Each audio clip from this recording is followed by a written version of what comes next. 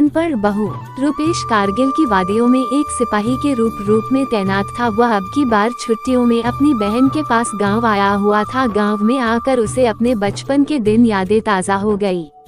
वो हर साल अपनी बहन के पास कुछ दिन के लिए उसके पास आ जाता था। अभी तक उसकी शादी नहीं हुई थी। एक दिन उसने गांव में एक लड़की देखी। वो लड़की उसकी बहन के पड़ोस की थी। वो लड़की इतनी सुंदर थी कि उसको देखकर उसने अपनी बहन को कहा कि तुम इस लड़की से ही मेरी शादी की बात चलाना, क्योंकि इस लड़की से सुंदर मुझे कोई नजर नहीं आती। आज उसकी बहन ने उसका रिश्ता उसी लड़की से करवाने के लिए उसने अपने भाई को अपने गांव बुलाया था। वो अपनी बहन के घर पहुंचकर अपनी बहन को बोला कि इस लड़की के माँ बाप से तुमने मेरी शादी की बात की। उसकी बहन बोली, हाँ, मैंने इसके घर वालों से तुम्हारी शादी की बात चलाई है। ये लड़की हमारी जात की नहीं है। वह बोला, मुझे जात वात से कुछ नहीं लेना। उसकी बहन बोली, उसके पिता के पास देने के लिए इतना दहेज भी नहीं है। वो अपनी बहन को बोला, बहना, मुझे दहेज वेज से कुछ नहीं लेना देना, क्योंकि यह मुझे इतनी पसंद आई है कि वो चाहे किसी भी जाति की हो, मुझे कोई फर्क नहीं पड़ता है। उसकी बहन बोली, मेरे भाई, उस लड़की के 5 भाई बहन हैं। वो एक गरीब परिवार से संबंध रखती है। एक महत्वपूर्ण बात तो मैं बताना ही भूल गई, ये लड़की अनपढ़ है। इसके माता पिता ने इसे स्कूल में नहीं भेजा। ये लड़की इतनी सुंदर है कि कोई भी लड़का इसकी सुंदरता पर मोहित हो जाए। वो अपनी बहन से बोला, मेरी बहन, मुझे तो सुंदर बीवी ही पसंद है। अपने दोस्तों के साथ इसे कैसे मिलवाना है, इसे सारे कायदे कानून मैं इसे सिखा दूंगा। मुझे इससे कोई फर्क नहीं पड़ता, इसके बावजूद भी मैं इससे शादी करने के लिए तैयार हूँ। अपने भाई की बात सुनकर उसकी बहन हैरान रह गई। वह सोचने लगी कि मेरा भाई कितना दिलेर है। उसने रुचि के माता पिता को बुलाया। उन्होंने इतना अच्छा लड़का देखकर कहा, हमें भला शादी से क्यों इनकार होने लगा।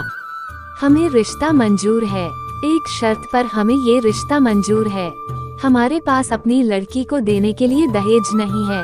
उसने उनके मम्मी पापा को कहा कि कल शादी के लिए अच्छा मुहूर्त है, आप हम दोनों की कल ही शादी करवा दो। अभी मुझे भी छुट्टी है, परंतु ना जाने मुझे कब युद्ध क्षेत्र से बुलावा आ जाए, इसलिए मैं चाहता हूँ कि अपनी शादी के पश्चात अपने बूढ़े माँ बाप की इच्छा को अवश्य ही पूरी कर दूँ। लड़की वाले मान गए। उन्होंने दूसरे ही दिन रुपेश और उनकी शादी कर दी। उसने अपनी बहन को गले लगाया और कहा, अगले साल मैं फिर आपके पास आऊंगा। ये कहकर उसने अपनी बहन से विदा मांगी। शादी करके अपने घर वापस आ गया था। उसकी पसंद को देखकर लोग उसे कहते, वाह, क्या सुंदर परी जैसी दुल्हन लाए हो। रुपेश अपने मन में कहीं ना कहीं सोच रहा था कि पहले उसे समाज में उठने बैठने के तरीके सिखा देता हूँ। मैं अपने दोस्तों के साथ उसे यूं नहीं मिलवा सकता हूँ, क्योंकि गांव के रहन सहन और शहर के तौर तरीकों में दिन का अंतर है। रुचि को अपने साथ क्लब होटलों में ले जाने लगा। वो उसके परिवार में पूरी तरह से घुल मिल गई, लेकिन पढ़ाई के नाम पर बिल्कुल शून्य थी। उसने एक कक्षा तक भी पढ़ाई नहीं की थी। उसे देखकर कोई भी नहीं कह सकता था कि वो पढ़ी लिखी नहीं है। जब भी वह अपने घर छुट्टी पर आता तो उसे लेकर अपने दोस्तों से मिलवाता। उसके माँ बाप ने उसे एक दिन जरूर कहा था कि बेटा, बहू देखने में तो सुंदर है, परंतु है तो हमारी तरह अनपढ़, क्योंकि अब तो घर में 3 अनपढ़ इकट्ठे हो गए हैं। अपने बच्चों को भी ये पढ़ा नहीं सकेगी और तुम तो युद्ध क्षेत्र में रहते हो। जब तुमने शादी कर ही ली है तो अब हम क्या कह सकते हैं। रुपेश को युद्ध क्षेत्र से बुलावा आ चुका था। उसे दूसरे दिन ही रणभूमि में जाना था। उसने अपनी पत्नी से विदा ली। उसकी पत्नी ने तो रोते हुए अपने पति को विदा किया। वह बोला, अरे पगली, अपने पति को हंसते हुए विदा करते हैं, क्योंकि मातृभूमि की रक्षा करने का अवसर तो किसी भाग्यवान को ही मिलता है।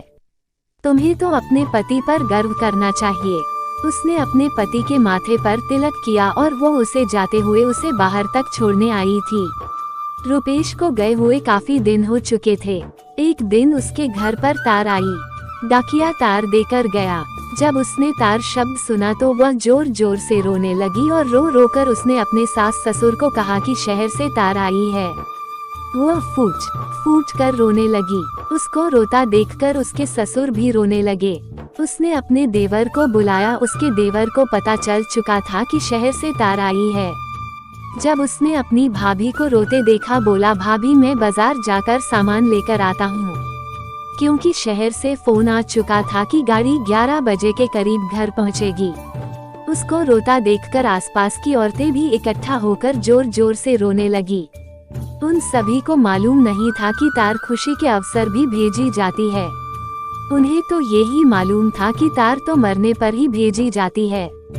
फोन पर भी आवाज साफ नहीं सुनाई दे रही थी। उसका देवर जाकर कफन ले आया था। उसके माँ बाप ने सब लोगों को इकट्ठा कर लिया था। चारों ओर चीखने चिल्लाने की आवाजें आ रही थी। रुचि ने सफेद साड़ी पहन ली थी। उसने फोन पर सुना था कि गाड़ी 11 बजे घर पहुंच जाएगी। उसके घर में लोगों को इतनी ज्यादा भीड़ थी कि उसके घर में बैठने के लिए जगह भी नहीं बची थी।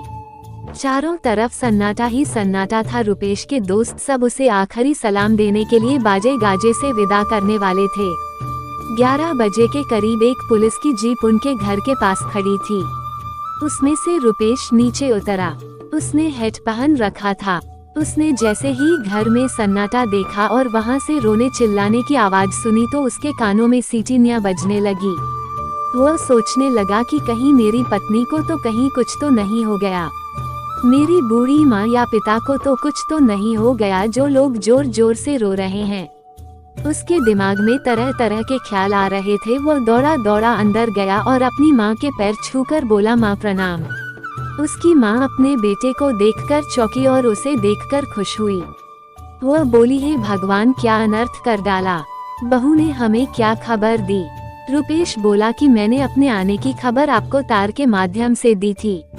वह बोला और फोन पर यह भी कहा था कि 11 बजे तक हम आ जाएंगे। रुपेश की बूढ़ी माँ अपनी बहू के पास आकर बोली, अरे तुमने ये क्या अनर्थ कर डाला, मेरा बेटा तो जिंदा है।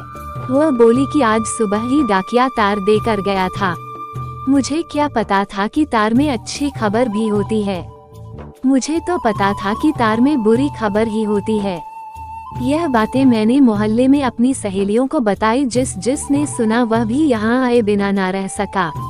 रुपेश को कहीं ना कहीं अपनी गलती का एहसास हुआ कि मैंने अपने लिए सुंदर बहू का चुनाव तो कर लिया, मगर उसे तौर तरीके सिखाने के बजाय उसे शिक्षा दिलवा दी होती तो आज उसकी जगह साई नहीं होती।